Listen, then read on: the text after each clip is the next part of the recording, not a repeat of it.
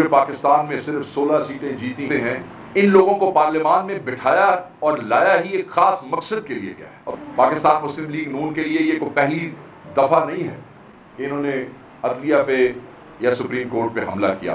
Parliament کے پیچھے چھپ کے پہلے باہر سے حملہ کیا, اس دفعہ یہ اندر سے حملہ کر رہے ہیں. آپ یہ دیکھیں کہ اس پارلیمنٹ ایسی حکومت جس کے پاس لیجیٹمیسی نہیں ہے, جس نے رپورٹڈلی ایک مائنورٹی حکومت جو یہاں پہ جعلی فارم 47 کے بنیاد پہ بیٹھے ہیں, ان کے پاس کوئی لیجیٹمیسی نہیں ہے کہ وہ کسی بھی قسم کی آئینی ترمیم کر سکیں.